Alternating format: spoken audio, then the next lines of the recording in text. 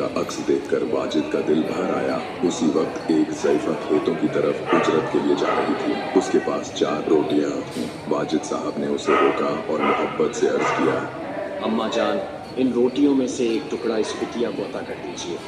अगर इसे खुराकन न मिली तो यह भूख से दम तोड़ देगी और इसके 8 मासूम बच्चे भी बेमौत मर जाएंगे। बुढ़िया ने हिकमत भरी मुस्कान के साथ कहा, ये मेरी मेहनत और मशक्कत की कमाई है, मैं इसे यूं कैसे दे सकती हूँ? इसकी कीमत अदा करनी होगी। वाजिद साहब ने बड़ी शफकत से दरियाफ्त किया। अम्मा जान, कीमत क्या है? बुढ़िया ने जवाब दिया, आपकी इबादत का चौथा बुढ़िया हिस्सा चालाक मुझे क्यों? दे दीजिए तो मैं एक रोटी इसे दे दूंगी। वाजिद मांगा साहब भी ने बिना कितना खास किसी नहीं। तम्मुल के अपनी इबादत का चौथा हिस्सा उसे अता कर दिया।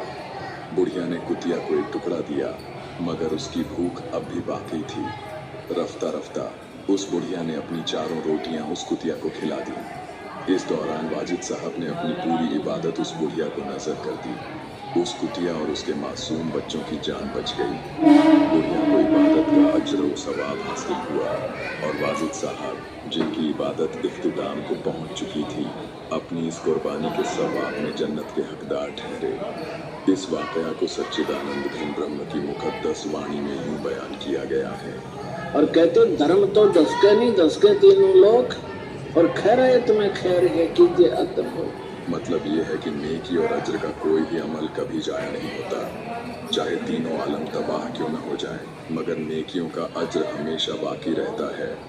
इंसान को चाहिए कि हर हालत में खैर व भलाई के काम करता रहे। अजीम संत गरीबदास जी ने इस वाकया में वाजिद साहब की शफकत, इखलास और उनकी अजमत का अजीम क्या होता तज़किरा है? किया अजीम है।